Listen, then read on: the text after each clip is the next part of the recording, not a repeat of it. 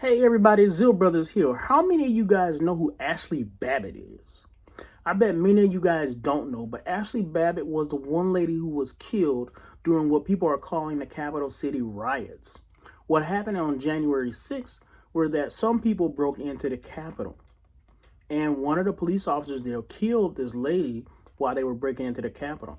Now, not a lot of things really happened there. So while some people are calling this an insurrection, I believe that kind of to be a political exaggeration that is purposefully meant to taint anybody that's on the right to be an insurrectionist, ignoring the fact that many people on the left have burned down cities, burned down courthouses, burned down police stations, and nobody has called those insurrections. So what we have is one instance on the right where people did wrong. I think we need to acknowledge that they did wrong.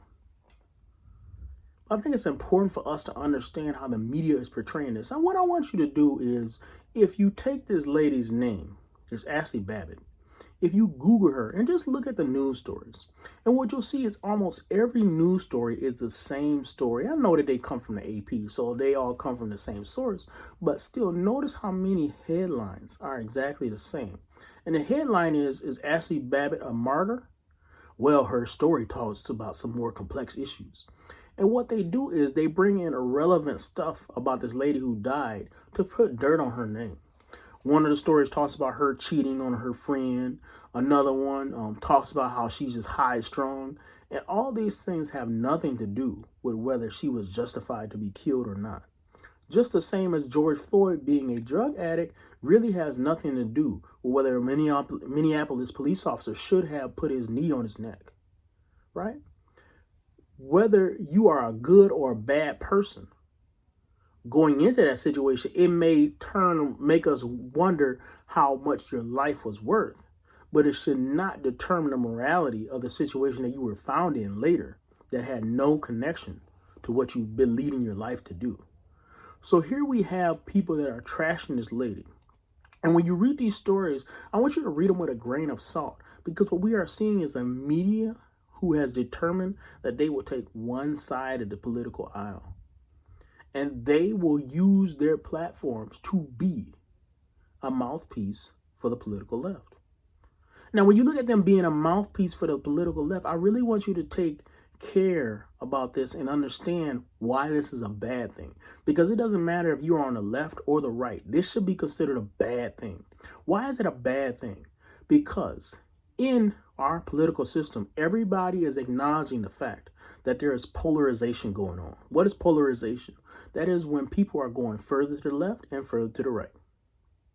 So on one hand, you'll have lady who is getting banned from Twitter today, who maybe we can talk about another time. And then on the other hand, we got AOC. She's far left, got far right. Both nutcases, in my opinion. But we have more of these people. Back in the day, they wouldn't really have gotten elected, because when you got elected, you had to push to the middle in order to get elected, which was basically signify that there was some kind of consensus support for you. But we don't have that now. What we have are people getting their bases energized. And when they get their base energized, that's all they care about. And so when they get their base energized, it pushes them to push to the wings, even if they don't truly believe it. And I believe some of these people are charlatans who don't truly believe a word that they say.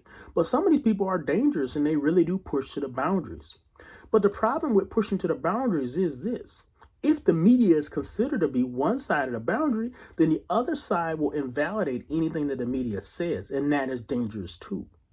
And I'm not saying that the media is not often lying, but what I am saying is when we cannot even agree on a set of facts by which we could discuss an issue.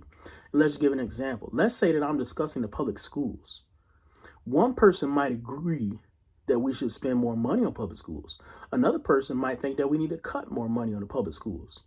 And we all have this debate. But how can we possibly have a debate if we don't agree on the terms of that debate? Right? Let's think of it in this sense. We have to agree the debate will be held in English. We have to agree that we will use logic and facts. We have to agree on a set of facts that we will all accept. And if we do that, we can have a meaningful discussion. But if we don't do that, we will not have a meaningful discussion. we won't truly understand each other. We won't be able to talk to each other because we won't be using the same body of information. One person will present his set of facts and think he made a flawless argument, but the other one will say, I invalidate your entire source. And so you can't even talk to me because you quoted the New York Times. The other person will say, well, you can't even talk to me because you quoted the Wall Street Journal. And so now you have two people who can't even agree on a set of facts. So because they can't even agree on a set of facts, they can't even talk. And if you can't talk, what recourse do you have for peace? And I think people need to think about that outcome, that oftentimes when we polarize, we are creating situations that encourage violence. And people may say, man, that's kind of an extreme jump that you made there, going right from political intolerance to violence. But that's how it happens. I think because we've lived in such a peaceful society, we forget things like the French Revolution. We forget things like the Bolshevik Revolution. We forget things that oftentimes political movements in the past were almost always violent. Political movements didn't clash into each other without somebody being killed. That's just the way that history always worked. And it just so happened that in this last 500 years of human history, we have discovered things like democracy. And so we have made it so that our ideas can be debated. But all the time, people didn't debate. They just got a sword and they just went to town. And so the argument was won by whoever had the most force. I don't want to live in a world like that.